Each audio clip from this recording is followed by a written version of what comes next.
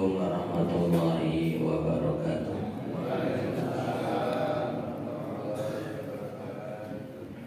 Innal hamdalillah nahmaduhu wa nasta'inuhu wa nastaghfiruh wa na'udzu billahi min shururi anfusina wa min sayyiati a'malina.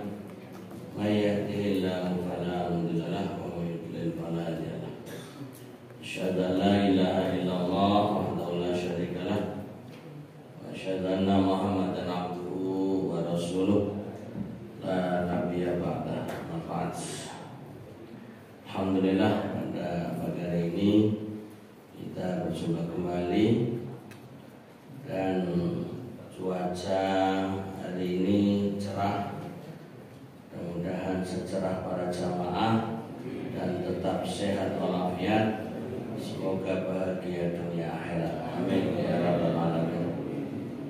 Kita berbanyak syukur pada Allah dan juga sholawat untuk Rasulullah Muhammad SAW. Kita sudah berada di bulan Sya'ban dan menjelang Ramadan. Kalau berdasarkan kalender sekarang sudah berada di tanggal 13 Sya'ban 1446 Hijriah. Sehingga kalau berdasarkan hisab, Ramadan akan jatuh pada hari Senin tanggal 11 Maret 2024. Kalau menghitung bulan Sya'ban 29 hari. Tapi sekilas info, kemungkinan nanti ada yang mencoba ru'yatul hilal. Kalau berhasil maka akan sama semuanya pada hari Senin tanggal 11 Maret. Tapi kalau pada tanggal 29 itu, yaitu hari Ahad malam Senin, gagal melihat hilal, berarti yang meyakini harus berdasarkan ru'yatul hilal akan menggenapkan Sya'ban menjadi 30 hari. Sehingga akan terjadi dua versi. Yang hisab sudah pasti tanggal 11 Maret hari Senin. Sehingga nanti Ahad malam Senin sudah bisa sholat tarawih. Sementara yang berdasarkan ru'yah, kalau bisa melihat maka malam itu juga sholat tarawih. Tapi kalau gagal, walaupun mengutus 99 ya untuk melihat hilal, kalau dianggap tidak ada yang melihat, mereka akan menggenapkan Sya'bannya sehingga malam Senin belum ditetapkan sebagai satu Ramadan, sehingga belum ada sholat tarawih. Artinya kita sudah terbiasa ada perbedaan. Semoga tetap saling menghormati. Ya, kembali kepada keyakinan masing-masing. Nah, ini hanya sekilas info.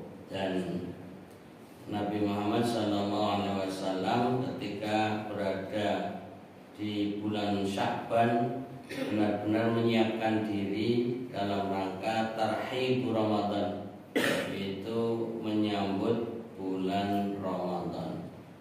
Bahkan sudah berdoa dari bulan Rajab, sebagaimana yang kita sudah hafal membacanya. Allahumma barik lana fi Rajab wa Sya'ban wa ballighna Ramadan. Ya Allah, berkahi Berikanlah untuk kami bulan Rajab dan Sya'ban, dan pertemukanlah kami dengan bulan Ramadan. Artinya jauh-jauh hari Nabi SAW sudah menghitung-hitung bulan Ramadan. Maka kita sebagai umatnya dalam rangka meneladaninya pun jauh-jauh hari sudah menyiapkan diri untuk menuju ke Ramadan. Nah, masalahnya mampukah kita meneladani Nabi SAW, yaitu dengan pemanasan siang. Jadi Nabi SAW menjadikan bulan Sya'ban bulan pemanasan, karena dalam informasi Aisyah sang istri radhiyallahu anha, karena Rasulullah SAW yasumu syahra kullah. Jadi maksudnya bahwa Nabi di bulan Sya'ban puasa sebulan penuh. Wah, ini kelas berat nih. Kira-kira kita bisa nggak meniru Nabi SAW pemanasannya 1 bulan penuh puasa gitu. Ini artinya fi'lun Nabi, ya, yaitu atas dasar perbuatan Nabi SAW. Tapi kalau berdasarkan qaulun Nabi, atau dalam istilah hadis qauli, yaitu berdasarkan ucapan Nabi, ada beberapa informasi, diantaranya la tasumu yauman aw yaumaini ya qabla Ramadan. Jadi jangan berpuasa sehari atau 2 hari menjelang Ramadan, biar tidak terjadi wisol atau nyambung antara Sya'ban dan Ramadan. Artinya yang satu, Nabi sendiri secara pribadi puasa penuh di bulan Sya'ban, tapi berdasarkan ucapannya melarang umatnya untuk tidak puasa nyambung antara Sya'ban dengan Ramadan. Nah, ini agak menarik bagi orang yang tidak suka ataupun tidak semangat atau mungkin tidak terbiasa puasa, sehingga ini cocok, agak lumayan ada diskon. Tapi ada hadis yang diskon besar-besaran. Ini lebih cocok lagi bagi kita secara umum. Apa itu? Ini juga hadis qauli, hadis yang berdasarkan ucapan Nabi. Jadi ada fi'lun Nabi atau hadis fi'li yang dilakukan Nabi, itu bisa bersifat pribadi. Tapi kalau hadis qauli itu bisa berlaku secara umum. Nah, ini yang menarik adalah Nabi SAW menginformasikan idzan tasofa syahru Sya'ban, jika sudah di pertengahan bulan Sya'ban. Nah, kalimat yang berikutnya ini yang cukup menarik untuk disimak. Fala tasumu. Nah, ini agak menarik. Jangan puasa. Nah, ini dilarang Nabi malah. Kayaknya cocok nih, diskon besar-besaran. Jadi 15 hari di bulan Sya'ban terakhir, ya, pertengahan sampai akhir Ramadan, hatta Ramadan, sampai Ramadan jangan puasa. Kayaknya ini pesan yang menarik untuk disimak ini. Nah, cocok, pokoknya cocok ini. Pokoknya boleh sing penak-penakan ini. Jadi Nabi SAW malah justru berpesan jangan puasa jika pertengahan Sya'ban sampai Ramadan. Nah, terlepas nanti kajian ilmu hadis, bagaimana kualitas hadis dan lain sebagainya, itu untuk sementara kita pending saja. Ya, intinya bahwa Nabi SAW secara pribadi menyiapkan diri bulan Ramadan dengan banyak siam di bulan Sya'ban ini, sambil berdoa mudah-mudahan bulan Sya'ban ini sebagai bulan yang penuh berkah.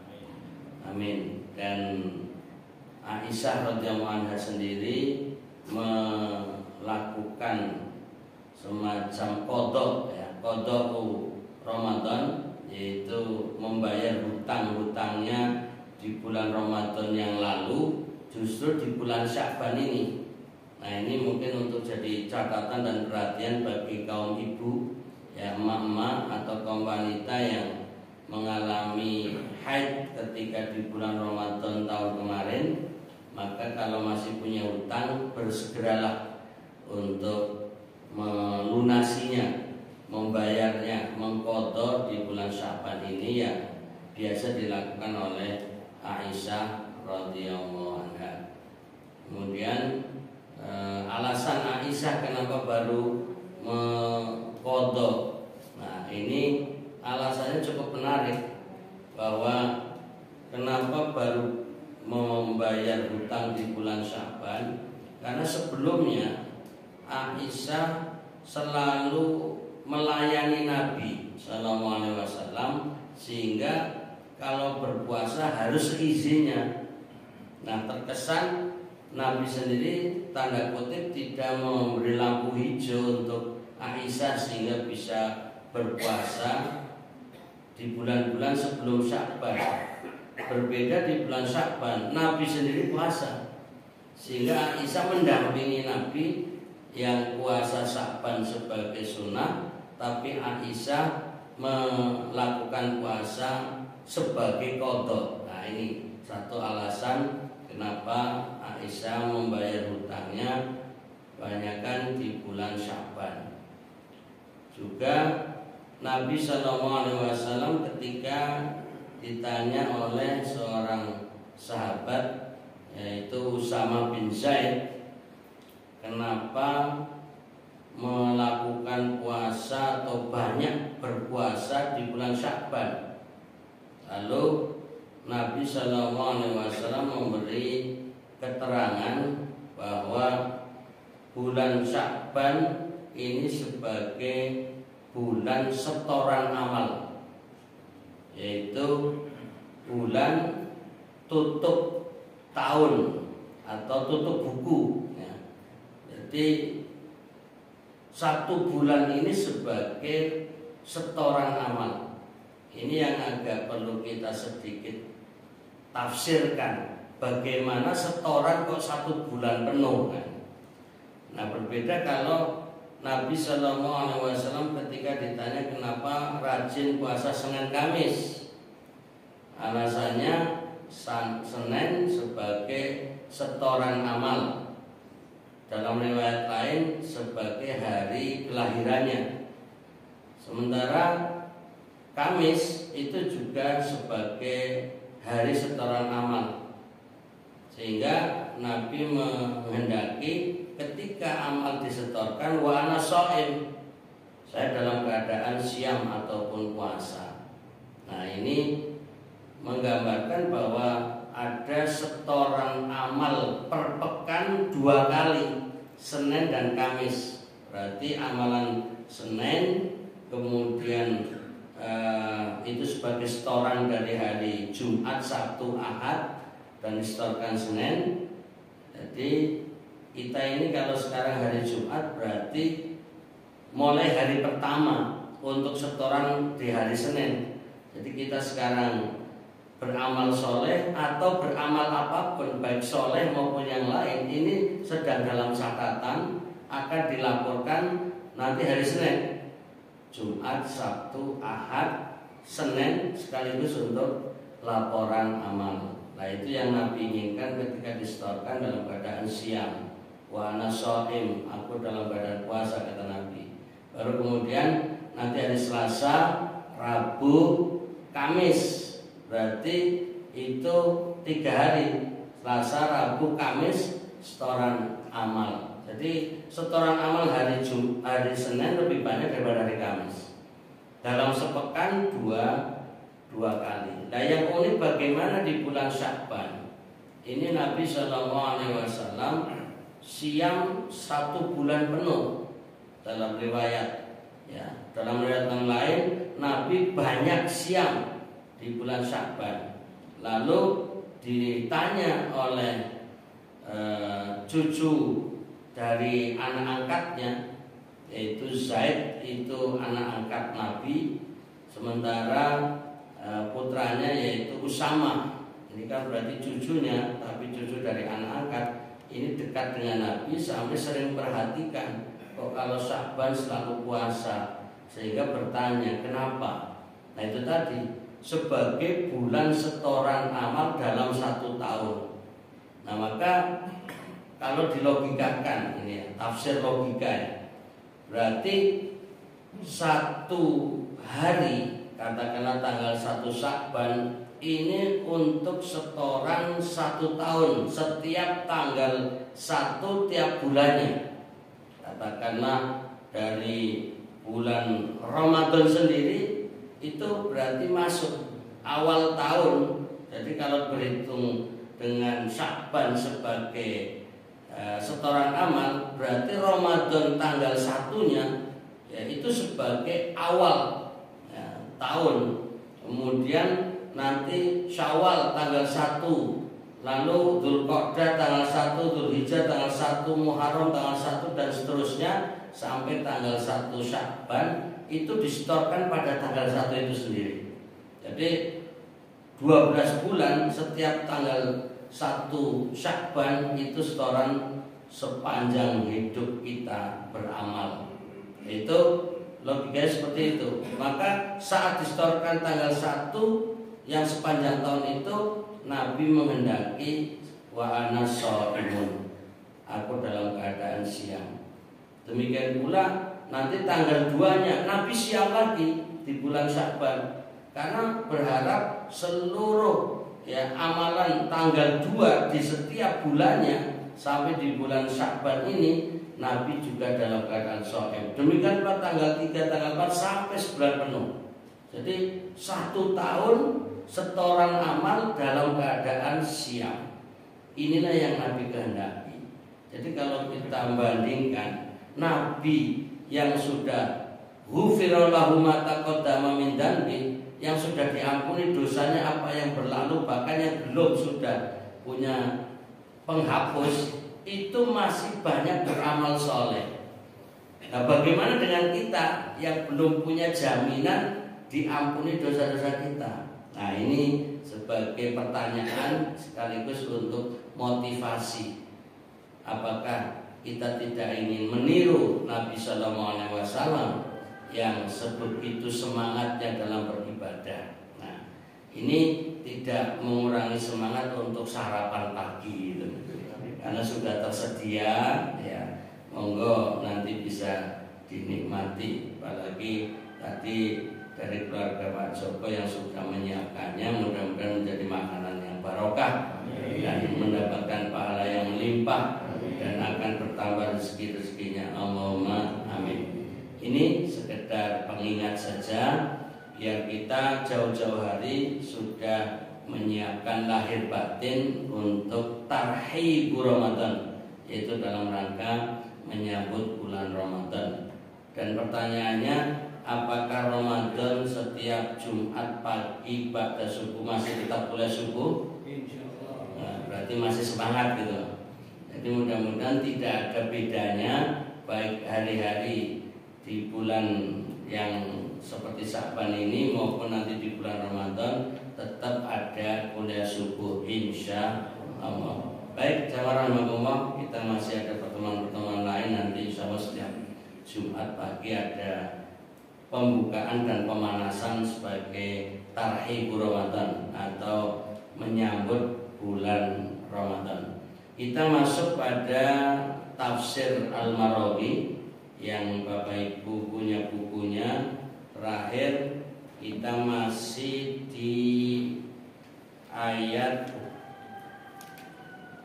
ya, ayat 10. Ayat 10 ini belum kita baca. Baik, kemarin kita terakhir yaitu halaman 39 terakhir. Nah, sekarang halaman 40 huruf F, yaitu dengan judul dalam hati mereka ada penyakit. Itu diambil dari poin ayat 10 yang ada di halaman 36. Untuk mengawali kajian tafsir ini kita baca di ayat 10. Saya baca lalu diikuti. A'udzu billahi minasy syaithanir rajim. A'udzu billahi minasy syaithanir rajim. Fi qulubihim maradun fazadahumullahu maradan.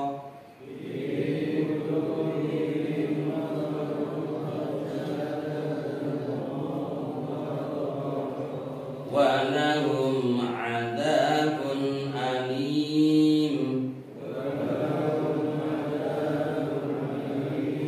bima kanu yakdzibun.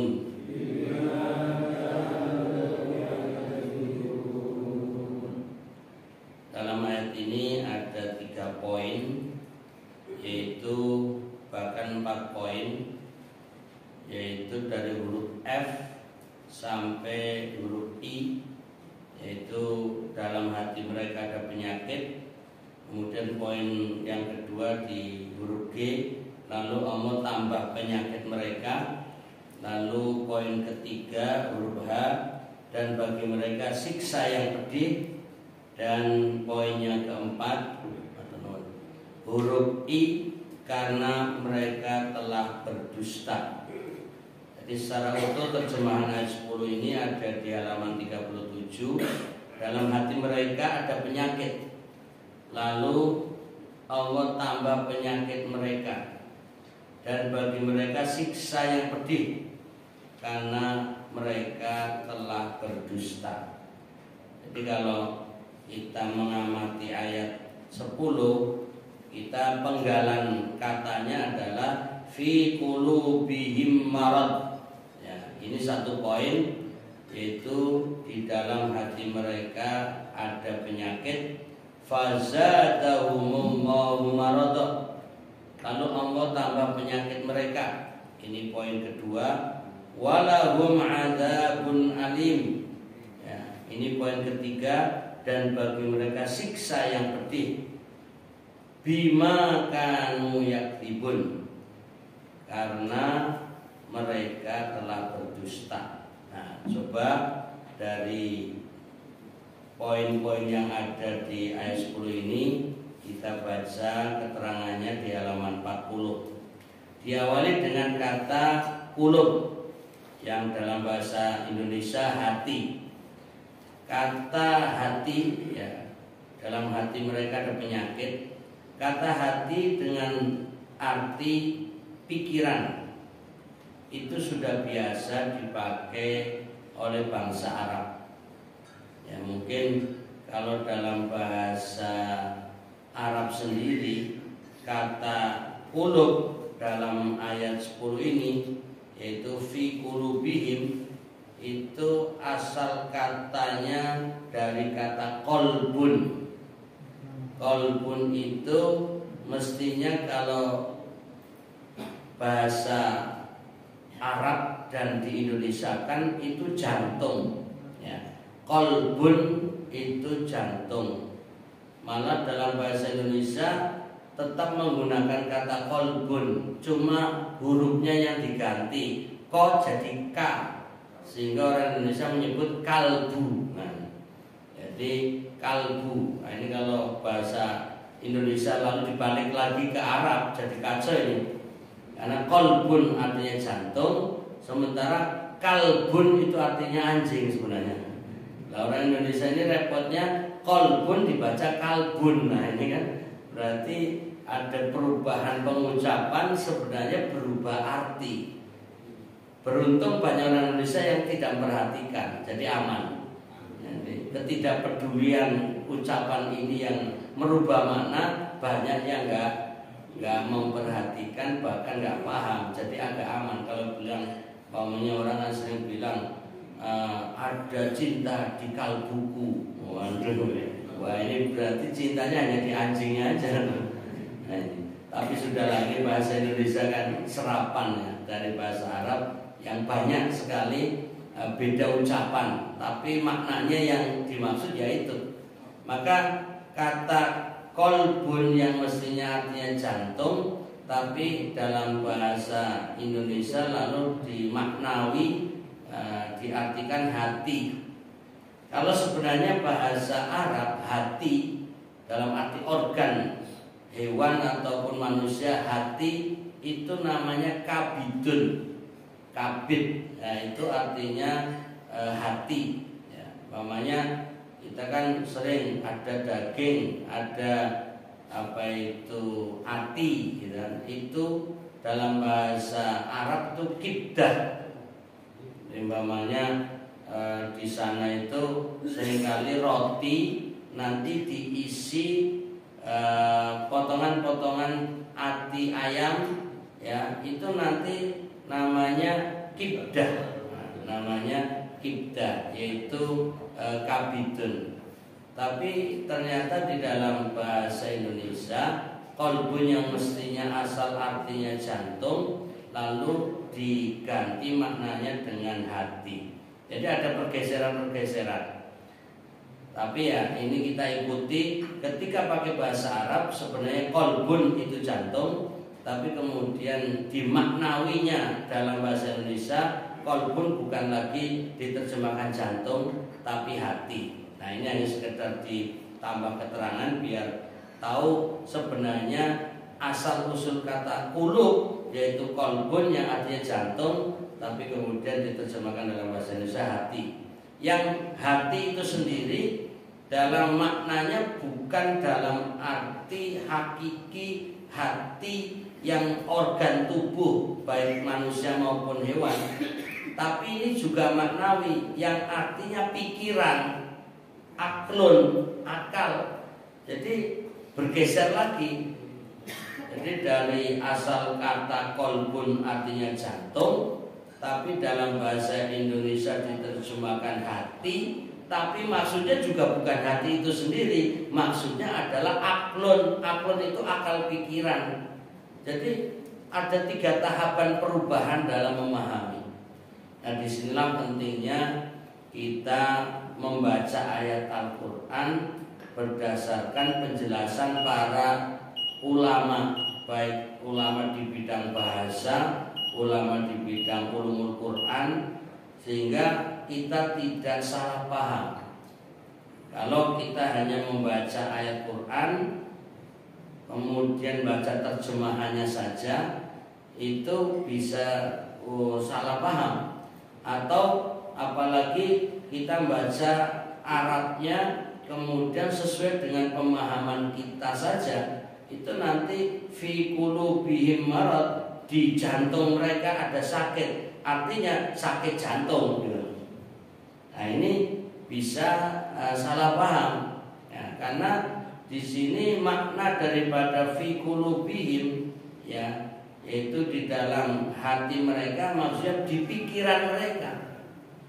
Jadi otak mereka, akal mereka, pikiran mereka itu yang dimaksud, yang ada penyakitnya. Itu pun penyakit bukan arti penyakit yang umpamanya tadi jantung berarti penyakit jantung, kemudian akal pikiran berarti penyakit akal alias gila, ya nggak begitu juga. Nah inilah sekali lagi pentingnya kita membaca berdasarkan penjelasan para ahlinya, sehingga salah satu keterangan di sini dalam tafsir Al-Marawi bahwa kata hati diartikan pikiran. Ya.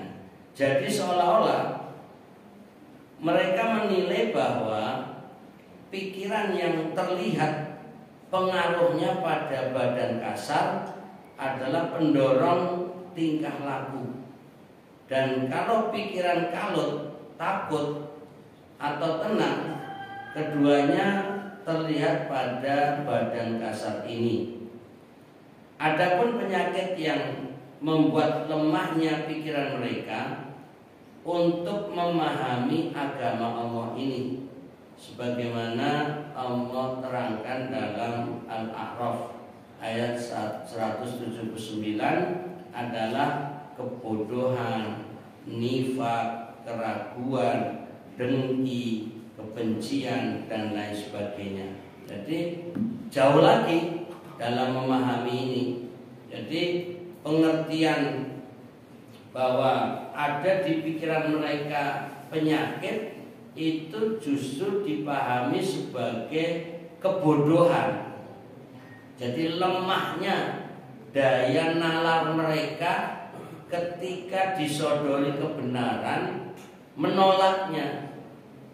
Mereka tidak mengimaninya sekalipun mereka mengetahuinya. Karena ini gambaran orang munafik.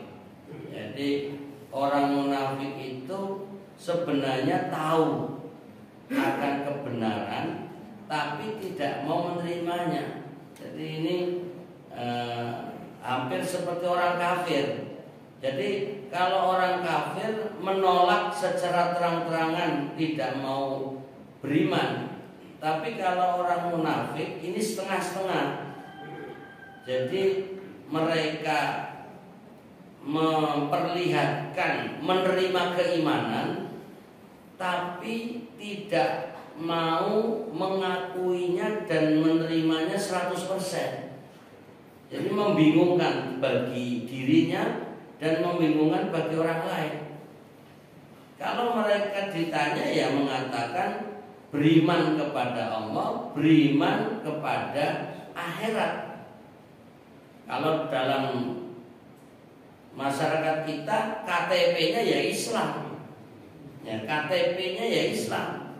Tapi kok gak yakin tentang Islam. Sampai ada satu ini sisipan ungkapan ya. Ini gara-gara masalah pemilu ini agak sedikit keluar materi, hanya sisipan ya, biar agak sedikit dunia nyata sekarang. Ada salah satu orang dari paslon tertentu yang ya untuk perhitungan sementara dianggap kalah, angkanya kalah. Kemudian merasa hitungan itu hitungan yang tidak sebenarnya, singkat kata curang. Sehingga salah satu dari orang partai itu tidak mau mengatakan dengan bahasa yang nyata, hanya mengatakan dalam keyakinan Jawa, ya, dalam keyakinan Jawa kalau orang curang akan mendapatkan azab. Ini orang kelihatannya Islam, tapi kok nggak bilang menurut agama Islam orang yang curang akan mendapatkan azab. Itu nggak mau mengatakan dengan terang-terangan, tapi mengalihkan dari kata ajaran Islam, ya, itu dengan menggunakan kata dalam keyakinan Jawa. Ya. Jadi seakan-akan bahwa dia kurang percaya terhadap azab Allah, tapi atau tidak percaya bahwa memang curang akan mendapatkan azab Allah, tapi itu dari Al-Quran. Ya, nggak tahu ini sebenarnya orang Islam atau tidak, makanya membingungkan kenapa dia di dalam mengungkapkannya itu dengan bahasa pakai dalam keyakinan Jawa. Ya, ini nih kata-kata keyakinan Jawa ini yang membuat ini kok kayaknya kurang percaya Al-Quran. Atau ini bahasa politik biar tidak dianggap politik membawa-bawa agama, ini juga ada. Jadi bagi dia nggak boleh politik dicampur adukan dengan agama, seakan-akan politik bukan bagian dari agama, sehingga biar tidak dituduh dia sebagai orang yang membawa-bawa agama dalam berpolitik, lalu menggunakan kata menurut keyakinan Jawa orang yang curang itu akan mendapatkan adab. Masih pakai bahasa Arab, adab itu mestinya kan siksa. Nah ini giliran merasa dicurangi, membawa-bawa kata adab. Tapi di masa waktu yang lain, ketika dia terlibat dalam kecurangan, nggak ngomong ini gitu loh. Berarti kan ngomongan kepentingan juga gitu. Nah ini hanya sekedar sisipan gambaran di masyarakat kita menunjukkan ya sifat-sifat kemunafikan itu ada, ya, dan itu banyak di dunia perpolitikan, ya. Apalagi kalau sudah menjabat itu semakin tampak bahwa ini murni ya orang beriman atau dia memiliki sifat kemunafikan. Wabil khusus berkaitan dengan janji-janji. Ya, jadi sekian janji waktu kampanye, lalu begitu jadi entah terbukti janjinya atau tidak, malah mungkin diingkari. Nah, ini kemunafikan yang nyata. Nah, ini ada di masa kampanye beberapa saat yang lalu, ada yang menjanjikan nanti untuk anak-anak sekolah gratis makan siang. Nah, ini duitnya dari mana bingung sekarang. Jadi janji setiap hari makan gratis untuk anak sekolah se-Indonesia loh itu. Bukan hanya satu tempat dia saat kampanye di situ saja. Kalau kata-kata kalau nanti saya terpilih menjadi pemimpin atau presiden, nanti ada makan gratis, ya, makan siang gratis, ya, untuk anak-anak sekolah lah. Kalau anak sekolah kan berarti dari PAUD, TK, SD sampai mahasiswa itu, atau mahasiswa dianggap bukan anak sekolah lah, sampai SMA. Seluruh Indonesia dan bukan hanya negeri, seharusnya swasta juga mampus nanti. Ini sepanjang waktu tiap hari habis dananya itu. Nah ini nanti akan menjadi bumerang sendiri kalau kemudian tidak melaksanakan janji itu. Nah ini akan menjadi masalah. Ada lagi, ya ini kita tidak menyebut nama-nama paslonnya, yang kadang ngomongnya ceplas-ceplos tapi berbahaya juga. Kalau menang nanti BBM gratis, itu ya nyamari juga itu. Kok ya berani-beraninya BBM gratis, bayar saja repot apalagi gratis. Bayar saja nanti pihak Pertamina rugi loh. Apalagi nanti bilang gratis. Ini hal semacam ini ngeri sebenarnya. Jadi siapapun kalau di masa-masa kampanye kadang-kadang ceplas-ceplos yang membahayakan, yang akan bisa menimbulkan sifat-sifat kemunafikan. Maka dimohon pada mereka-mereka segera bertaubat. Siapapun ya orangnya, ya kita harapkan selama mereka masih mengakui Islam dan mengakui kebenaran, mengakui orang beriman, ya kita berdoa mudah-mudahan dibukakan hatinya hidayah, kemudian dia akan segera bertaubat sehingga ucapan-ucapan itu harus diperbaiki sehingga tidak menimbulkan munculnya sifat-sifat kemunafikan. Allahumma amin. Kita tetap berhusnudzon ya untuk siapapun. Kita tidak dalam rangka mencaci, memaki, menghina, melecehkan dan seterusnya. Justru tujuan dakwah atau mengajak kebaikan, siapapun yang dalam kesesatan kita ajak menuju jalan yang lurus, menuju jalan yang benar. Sehingga kita harus alainal balagh, tugas kita adalah menyampaikan, dan harapan kita, penyampaian kita merubah gerakan perubahan dari keburukan menjadi kebaikan.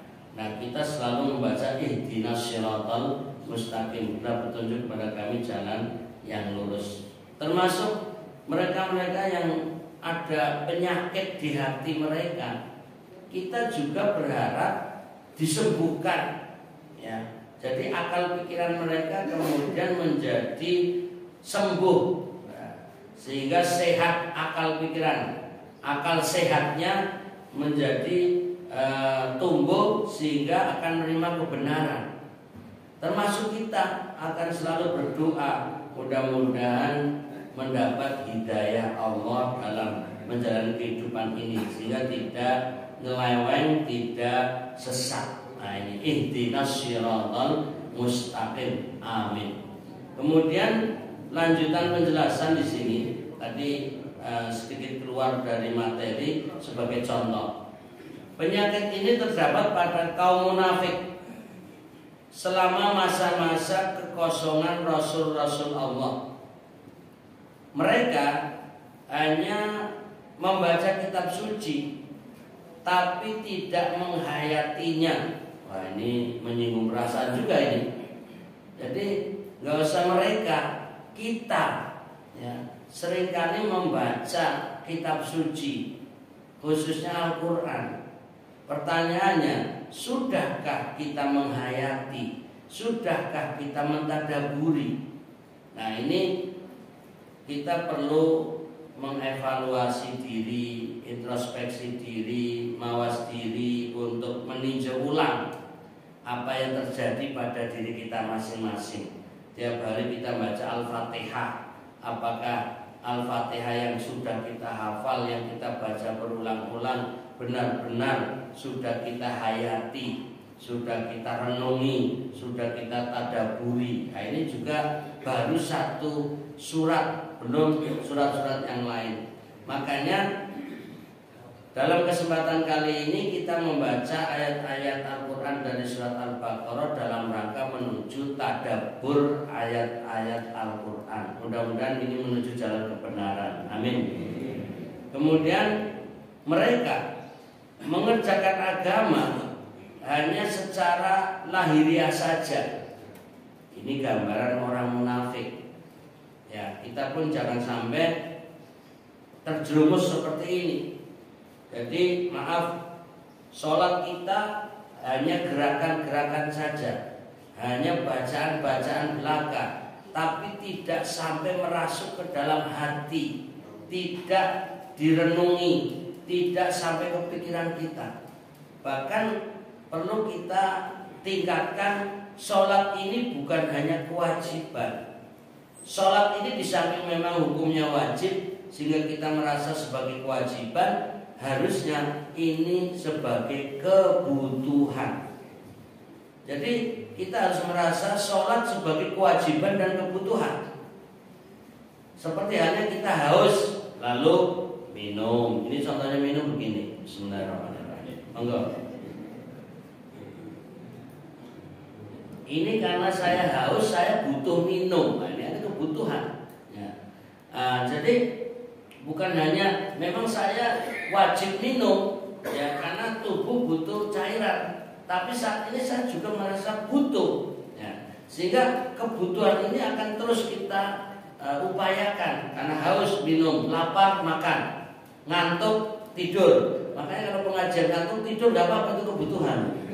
Monggo ikhlas saja lah ya. Jadi walaupun ngantuk, wah nanti kenapa ngantuk? Saya butuh ngantuk, butuh tidur. Karena ngantuk bagian kebutuhan hidup ini. Ya. Atau apa saja kalau butuh itu akan memberi motivasi. Kita butuh uang, maka wajib bekerja. Sehingga nanti kita dalam bekerja lebih semangat karena kita butuh menghasilkan uang itu. Nah sama, kalau sholat menjadi kebutuhan, maka ingin terus kita melakukan sholat.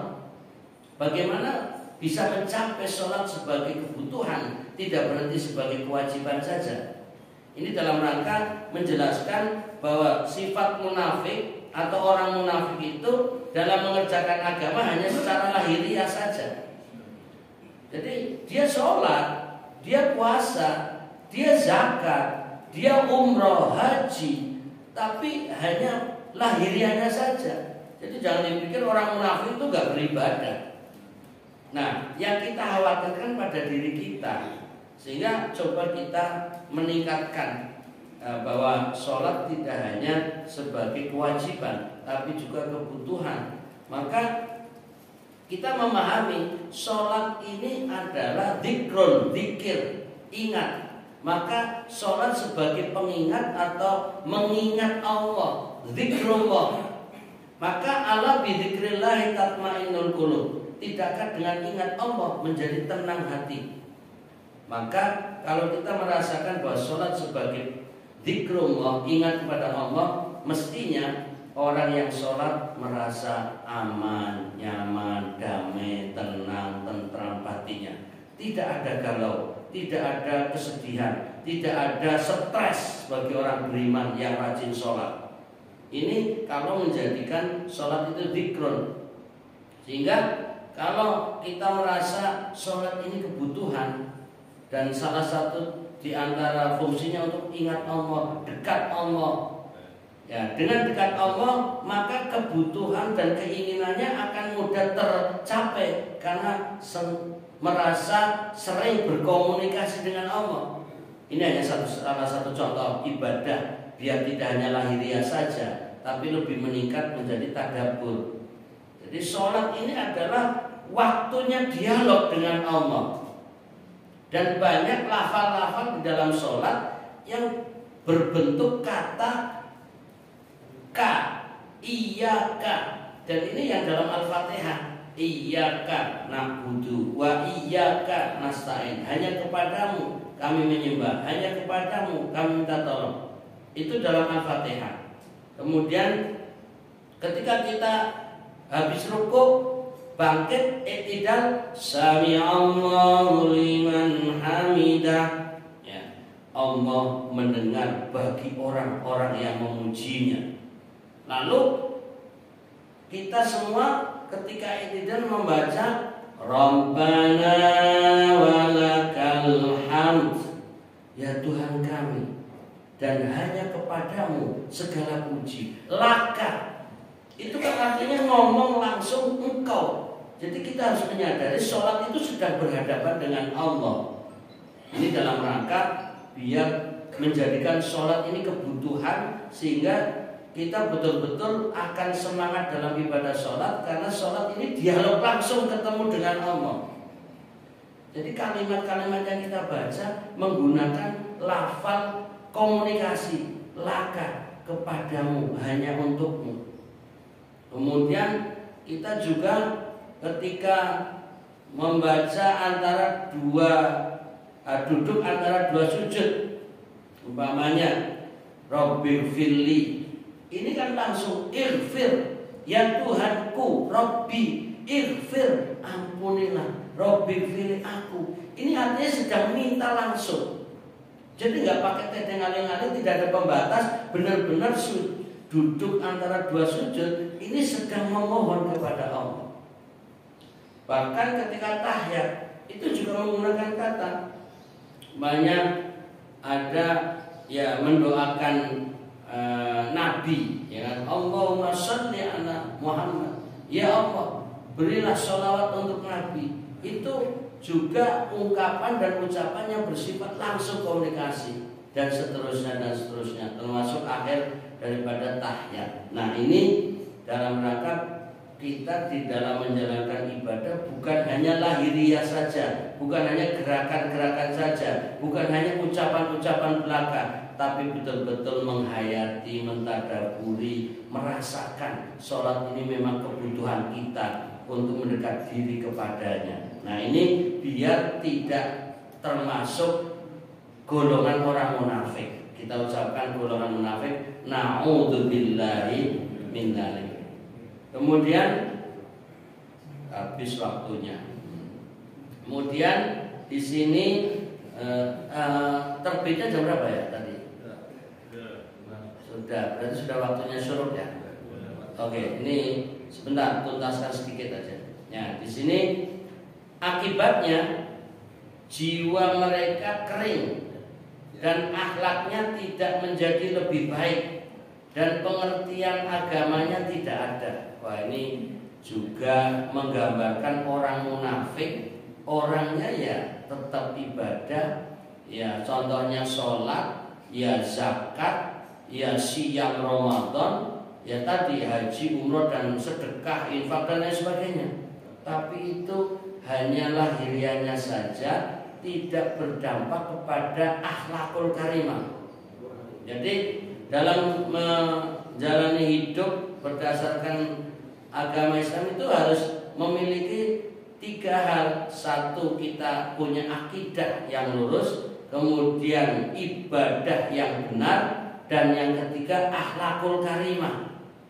Jadi bukan hanya akidahnya yang kuat, bukan hanya ibadahnya yang banyak, tapi tidak memiliki akhlak mulia. Nah, ini harus 3 menyatu pada diri seorang muslim. Harapannya kita memiliki 3-tiganya, sehingga benar-benar menjadi muslim sejati, yaitu akidah sahihah, ibadah sahihah, dan juga akhlakul karimah. Mudah-mudahan kita memilikinya semua. Allahumma amin. Rabbana atina fid dunya hasanah wa fil akhirati hasanah wa qina adzabannar.